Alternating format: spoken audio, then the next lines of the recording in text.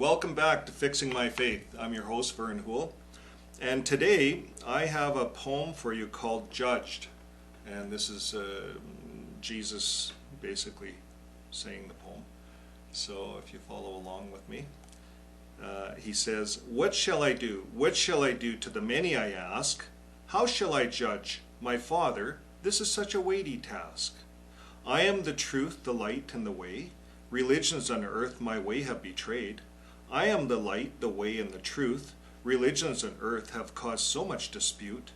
I am the way, the truth, and the light. Religions on earth have caused so much plight. What shall I do? What shall I do? To Yahweh I ask. How shall I judge? My Father, this is such a weighty task. Should I wait a bit longer before that great day? Should I wait a bit longer for man to make hay? Should I wait a bit longer and then make them pay? Should I wait a bit longer for them all to obey? What shall I do? What shall I do? To the many I ask. How shall I judge? My Lord, this is such a weighty task. Could you imagine being the judge? What a weighty task, what a weighty task to not hold a grudge. What a weighty task then to never budge. Yahweh has said, Jesus will judge. So, as a Jehovah's Witness, we used to think we were the judge, and we would go out in the ministry and we would judge people as a sheep or a goat, and we put that on the territory records. At least when in my day they did that, and it was a form of judging. And then we'd mark these ones as do-not calls, and we'd have discussions in the car group and think that those ones aren't going to make it. How are they going to make it to Armageddon? Like, we'd talk like this, and we'd have these discussions, and as if we're some kind of a judge. And our little kids would be around us, and they'd see this, and we'd inculcate this into them, and they grow up with this, and then they grow up to be young men, and they think they're the judge, and they'd emulate for generation after generation after generation. Since Rutherford, we've been thinking we're the judge, Judge Rutherford. So Judge Rutherford inculcated into the whole organization that they are the judge. So I'm going to leave this with you, brothers, the faithful slave class, the anointed, the 8 of the governing body that I originally addressed this all to. Here it is. It's in Timothy chapter 4, if you want to turn there with me. It says there that Christ Jesus, who is destined to judge the living and the dead. So Christ Jesus is the judge, the living and the dead. It was given to him. So all the way through, when I was a Jehovah's Witness, I was taught Jehovah's the judge, Jehovah's the judge, Jehovah's the judge. Well, Jehovah ultimately is the judge, but why don't we talk about Jesus being the judge? You see, because the problem is when you usurp Jesus' truth, it's hard to talk that way. So then we use all those Old Testament scriptures. Jehovah's the judge, Jehovah's the judge, and they're all correct. But let's go to the New Testament and emphasize on Jesus being the judge. And let's give back Jesus his truth.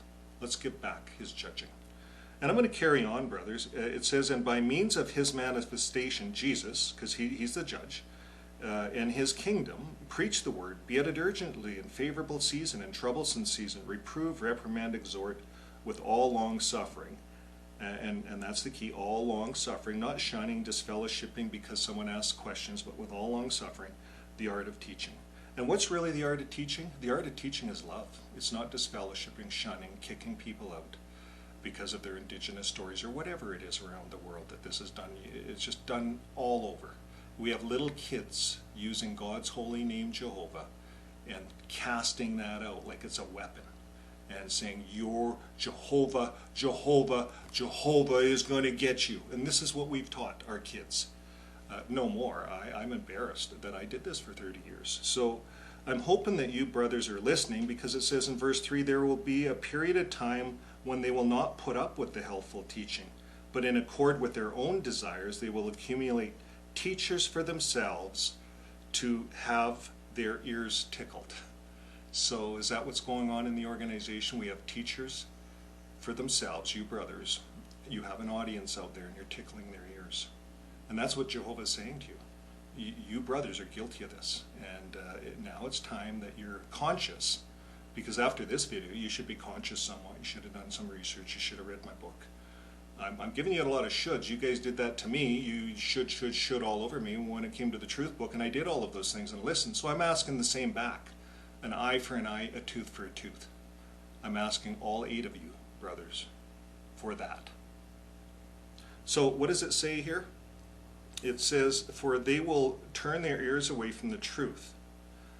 So what does that mean? You see the truth, you think it's the religion. That's what you guys think. It's Jesus. Jesus equals truth. So now we know this new information. They will turn their ears away from Jesus, the truth, whereas they will be turned aside to false stories, just like Rutherford's false stories. He takes this truth and twists it. So you, though, keep your senses, and this is all of you people that are watching, the governing body, everyone. Keep your senses, because it's up to us individually, not the governing body. They don't decide our truth. Our truth is Jesus. Keep your senses in all things, suffer evil, like we've all suffered so much evil, all of us that got disfellowshipped and shunned. A lot of evil was thrown our way, a lot of evil. So it says, suffer the evil, do the work of an evangelizer, and fully accomplish your ministry. And that's what we're doing today, friends, right here, fixing your faith. And thanks again to Lloyd Evans, to the Truth Hurts and JW Watch, all these elders, all these Jehovah's Witnesses, witnesses of Yahweh that are out there that became conscious and left the modern day organization. There's now a whole new organization on the other side that any of you out there can go and get some relief and undo the programming, undo the inculcation of the Rutherford trance. Until then, friends, live your life with love and have a great day. Bye for now.